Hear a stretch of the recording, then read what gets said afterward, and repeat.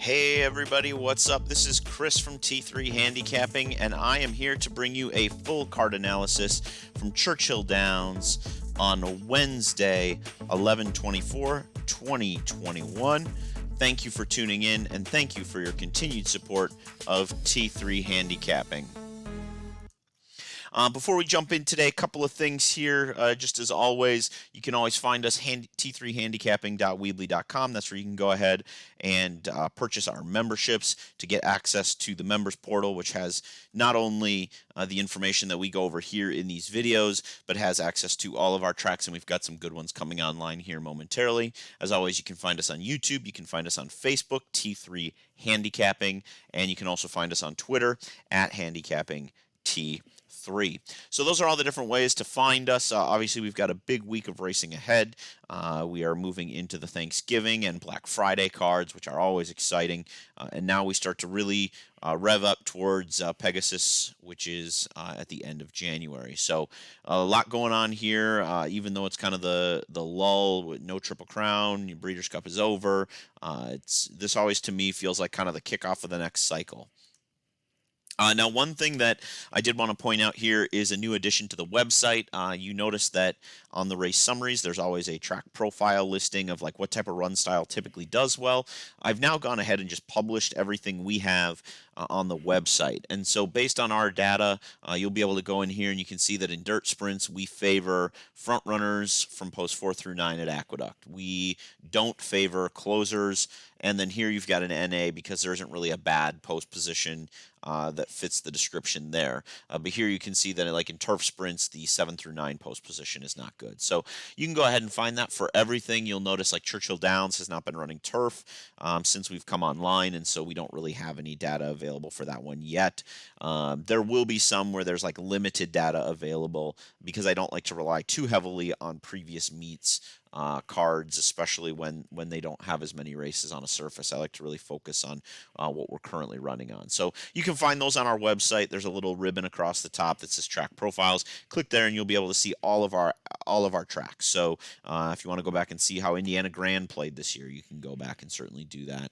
But otherwise, we do have all of our tracks. So Aqueduct, Churchill, Del Mar. We've got Fairgrounds coming up, Tampa, Indiana, Keeneland. They're all there for you.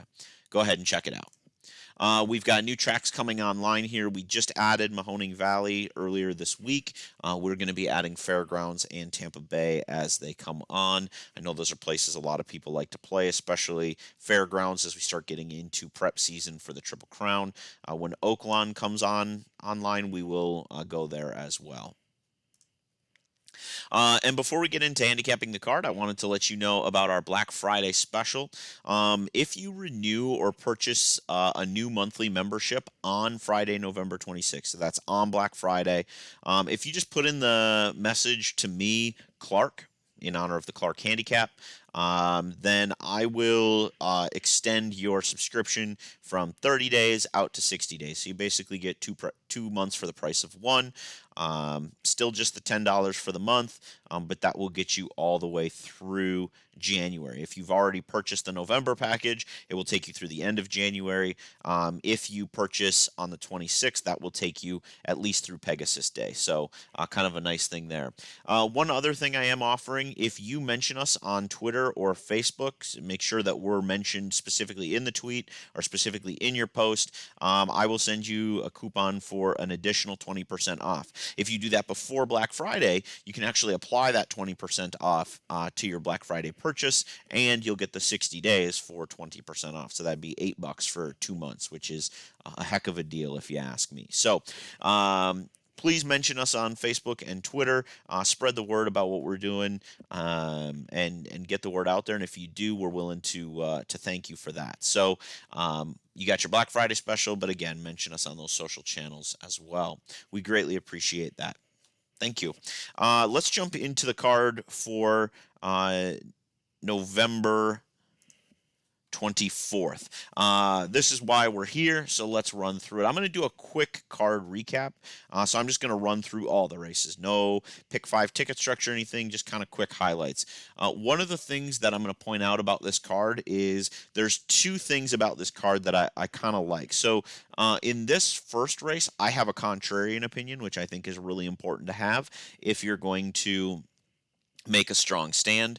And then in the ninth race, I have a really weak opinion, and I think this is an area where making sure that you're keeping your subjective handicapping involved is really important. So let's do a quick kind of lightning round rundown of the card from Churchill on Wednesday. I'm going to put a pen back in my hand here. So let's take a look at what we have. Race number 1 is a class level 12, which is pretty solid, and this is why I went with my contrarian opinion. Sometimes I'll have a horse that looks really good on paper that I won't use because it's a really high class level. It's like a 20 or a 21. When that's the case, the results are not super reliable. But when I have a mid-range class, something in the low, like 15 and below, that tells me that it's a relatively strong field and something that if I see them coming up in a lot of metrics, I can use that horse pretty heavily. For me, this race is simple. 6.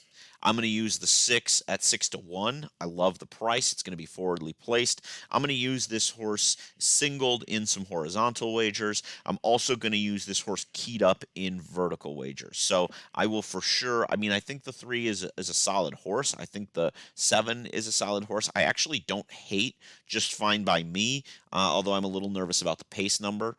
But there's a couple of horses in here that I think are good. So I will probably use exacta key boxes and trifecta key boxes to make sure that if the 6 runs to what I think they're capable of, I've got that horse at least in first and second on every ticket. And then hopefully it wins so I can keep rolling in my horizontal wagers. But even so, even if it doesn't, I can still hopefully make up some ground with hitting verticals, having a decent price, not a huge price, but a decent price underneath. Moving on to race number 2. Now, here's a perfect example of what I was just talking about, where the class level goes up to 21. I do have the 4 that rates out pretty strongly, but I'm going to make sure that I have a lot of other coverage. So I like the 4, and then I like that because of the early pace number. I like that because of the speed, and I like this one because of race flow. The other horses I think that are in with a chance are the 1, Dressed to Impress, and you'll see that one did not rate out terribly well for me.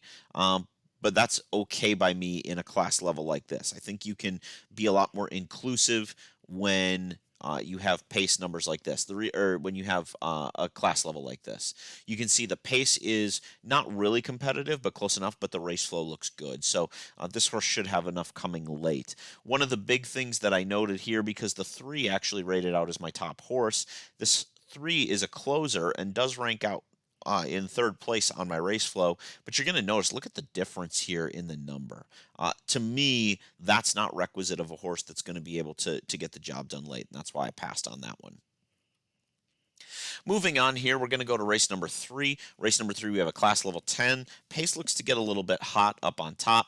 I like Microcap as the only confirmed front-running speed in the race. That being said, there are 3 versatile horses, and I think this one does have the potential to heat up really quickly if one of the versatile types doesn't just want to let this one get to the lead. If Microcap gets to the lead, I think we may be in trouble for everybody else. But in the event that that doesn't happen, maybe Good Fight goes or something like that. I also want to have Magical Peapod, and I want to have Magical Peapod in because I think that one is the best of the versatiles. I did include Good Fight on the B line, and then My Bets is one that I want to include, is the co-top choice here, and it's a closer. So that's been problematic at Churchill, but this one might potentially get the pace setup needed to make that work. Moving on here to race number 4, some unknown horses here. We've got a slow projected pace because they're unknown, and so they just don't have anything established. It's very rare that you will see an open spot here. We don't even have 5 horses with with running times for me to create my speed figures. So that's problematic there. And so it just means there's going to be a lot of unknowns with this race. I do like the 1, 4, and 5. I like horses that I know are going to be forwardly placed, and that's how the 1 and the 4 got there. The 5 just rates out, and I don't put a lot of stake in M's and C's for young horses. I just don't, because the reality is they might be a C because their first race they just missed the break and then came on to win. Well, it counts as a competitive effort. The formulas and things like that are going to start looking at it as, oh, this horse started way behind, but it actually ran a really good race. The reality is when that horse breaks well in its second start, or maybe it's had a couple weird circumstances at the beginning, when that horse breaks better in its second start, third start, fourth start, that horse might be a front runner or might be closer to the pace. We just don't have enough numbers. So I'm not going to hold against Atris that it's a mid-pack type of horse, which has not typically been good, and especially with a slow pace. I think this pace projection is a little flimsy because of how lightly raced these horses are, and I think the M is a little flimsy as well, just because this horse doesn't have a big past performance to go off of. Front runners, I think you can take those for what they are. I think those are going to be speed horses no matter what. It's very rare that an F is an incorrect rating, just because those horses have proven that they like to get out and get to the lead. At worst, they're going to be versatile. So that's how I'm going to go 1, 4, 5 with 2, 3. I just want a blanket to cover as many of these as I can. I particularly like the breeding on the 3. I think that's going to be something that establishes it. Kind of forgot to talk about those 2 horses there. Moving on to race number 5, I really like Eastside Cool. I think Eastside Cool is going to be very tough to beat. You can see topping out on 4 categories here. This horse looks really solid to me on paper, and I love that the run style fits in a race that projects to be moderate on our pace projector. I do like the 3, 4, 7. Lake Nakuru as a moderate, Shofar and Hemp Heaven are both rated on my scale as more kind of stock and pounce types. That means that I'm leaving off Spheroid. Now you'll notice that I did move this one down to the 6 down to the C grade. And the reason that I did that is I typically don't like to take an A and completely just throw it out. I mean, my numbers say this horse can be good. I don't love that this horse is a closer that doesn't show up on race flow. I recognize that the horse does show up on pace, which means it could be closer than it has in previous experience. But this is also a 10-point gap here. So that's something that I think has to be taken into account, and that's ultimately why I don't think anybody's catching East Side Cool in this race.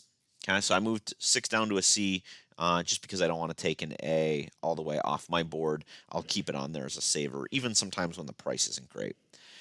Class level 20 for this one. So again, we've got really inconsistent horses, and I don't like to use seahorses when I can help it. I will if I've got an A that I'm just not real sure about, or in situations where I just feel like the race is totally wide open. And honestly, you want to be able to cover as much of this field as you can. I made the decision here to just try and cover horses that I felt really popped off the page to me. So when I look at How About Them Apples, we're talking really good stamina, best class in the group, although it's a somewhat suspect group to begin with. Good connections, a decent record at the distance. I don't put a lot of stake in this one, just because they're so lightly raced. You've got race flow, should get well the best number, should be close enough on pace to really get that coming home.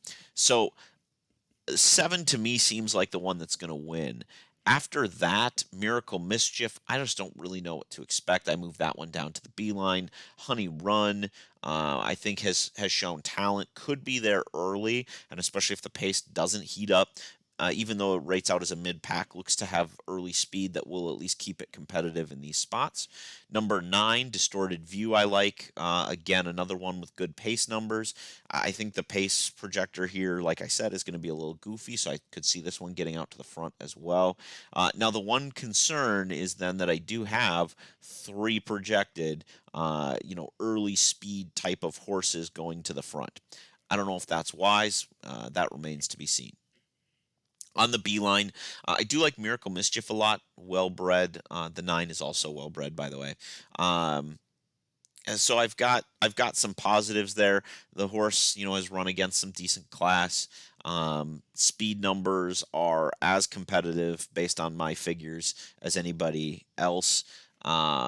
You've got good form for exceeding it 15-1. Like, you can make cases for a number of horses that are kind of on the outside. Get on out of here. Again, same thing, comes in decent form, has good ability ratings. And then the number 11, High Meadows, kind of had to use just because it rates out top on stamina and has hit the board at this distance. Speed figures aren't totally far-fetched for horses of this ability level. I'm going to be as deep as I can be in this race. This late sequence to me is unplayable. Based on the way that I handicap, I've got 7 potential winners here, and I've got even more in the last race. So it's just not going to be practical for me to play like a late pick 5 or things like that in this sequence. This one, for me, I made a pretty strong opinion, and that is, even though 1, 2, 3, 6 are my top 4 selections here, as I was looking at this, this is really how I want to go. And the reason for that, look at these early pace numbers. We've got a moderate pace. Look at the gap. Here we have an 11-point gap between the 4th and the 5th place horse. Pace makes the race in a lot of cases. I really do believe that. And I just think that these horses here, who also show up here, that becomes problematic. If you want to use a horse at a price, I would not use the 7 and I would not use the 5. I think those are misguided plays based on the way I project this race. I would actually use the 4, Champagne Toast. I think this is a horse that could really be a dinker. That if I think the top 4 horses are the top 4 in pace, and if somehow they all burn each other up, I don't think you can expect the next likeliest scenario. I think that's when you start going bombs away, and that's where I look for a horse like Champagne Toast to maybe take back a little bit more, knowing that it just can't keep up, and then showing a later kick that maybe it hasn't shown in previous starts. I don't think that's going to be something that happens anyway. I'm 1, 2, 3 on the A line. I really do like Bold Tactics as my top selection. I think It's Cold Into Here is another one that's definitely worthy of inclusion. Signata Dreams would be my 4th choice, or my 3rd choice out of those. And then Semble Justice is the one that I have as my 4th choice. But honestly, none of those 4 would surprise me. Everything else probably would. Okay. Moving on here to race number 8. You got a new designation here. So I like the 5 and the 4. The 5 definitely to me looks like the strongest horse, but the 4 certainly shows up in a number of key categories. You can see they basically own the top 2 spots in almost every category. To me, that's good enough. 5 and 4, and let's move on. They're both versatile types in a race that's devoid of speed. That's why I chose not to use Decision Maker, although at 10-1, I'm well compensated for using that horse. If I want to go there, I'm not going to in this spot, so I'll move on from that one. I do like Bugle of War and Perfect Cut at 8-1 as a B type, and you'll notice I put 1E, and the reason for that is I don't really have a lot of separation between the 1A and the 1. I think both are average horses, but I think both get upgraded because they're together.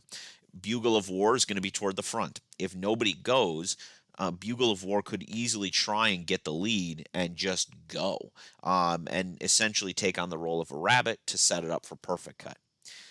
If Bugle of War goes out with that intent and nobody goes with, I'm getting 8-1 on the lone speed. So I think as an entry, they work well together.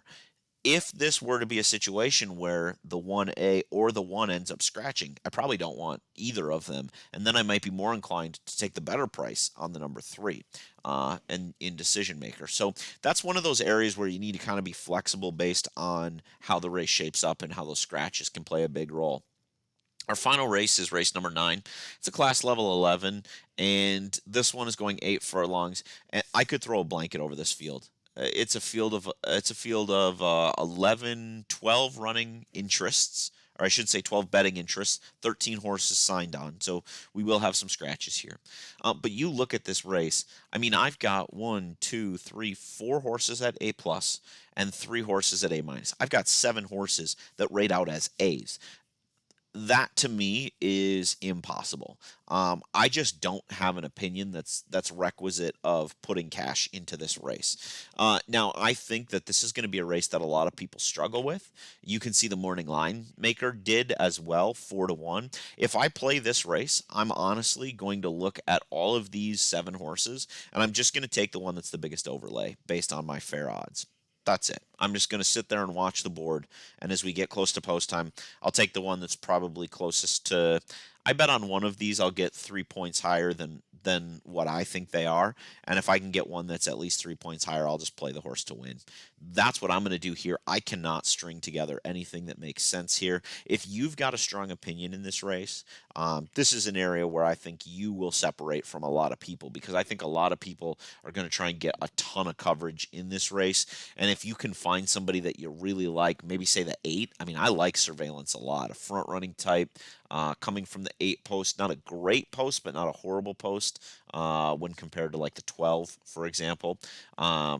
Maybe it's the 8. Well, you're getting 10-1, even if that horse gets bet down, probably 8-1 on a horse. There's just too many ways to go here. I was lost. I was confused. And sometimes knowing when you see the race clearly and when you're confused makes sense based on my handicapping and the way that I handicap these races. This is a wide open race to me. Based on some of your information, you may see this race as a morning line maker who missed the boat, and you may have a strong opinion. Take advantage of that and make it count. So that's our quick rundown of races 1 through 9 on Wednesday. I will be back for more analysis for Thursday and Friday from Churchill as well, so that you can get through your Thanksgiving wagering endeavors. Hopefully, on the plus side of the ledger, get that cash ready for all of your holiday shopping. So, with that, good luck on Wednesday at Churchill Downs.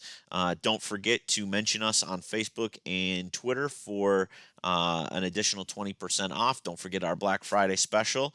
Cash those tickets. Thanks, guys.